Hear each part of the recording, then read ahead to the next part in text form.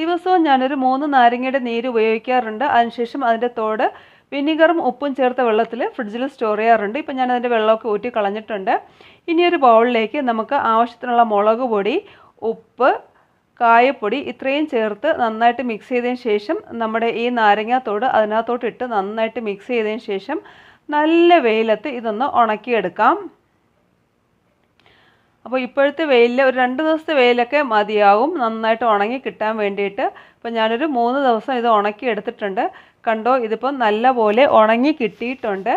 ഇനി ഒരു പാൻ അടുപ്പത്ത് വെച്ച് ചൂടാകുമ്പോൾ അതിലേക്ക് നല്ലെണ്ണ ഒഴിച്ച് കൊടുത്തിട്ട് വീണ്ടും മുളക് പൊടി, കായപ്പൊടി, ഉലുവാപ്പൊടി, ആവശ്യത്തിനുള്ള ഉപ്പ് ഇത്രയും ചേർത്ത് നന്നായിട്ട് മിക്സ് ചെയ്തതിന് ശേഷം നമ്മുടെ നാരങ്ങ തോടിനകത്ത് തീരെയും പുളിപ്പില്ലല്ലോ, അത് കാരണം കുറച്ച് വിനീഗർ ഒഴിച്ച് നന്നായിട്ട് തിളപ്പിച്ചതിന് ശേഷം നമ്മൾ ഉണക്കി വെച്ചിരിക്കുന്ന നാരങ്ങാത്തോട് അതിനകത്തോട്ട് ചേർത്ത് നന്നായിട്ട് മിക്സ് ചെയ്തെടുക്കുക. ഉണക്കിയ നാരങ്ങാത്തോടിനൊക്കെ നല്ലൊരു മയം കിട്ടുന്നതിന് വേണ്ടിയിട്ട് 2 ആഴ്ചയ്ക്ക് ശേഷം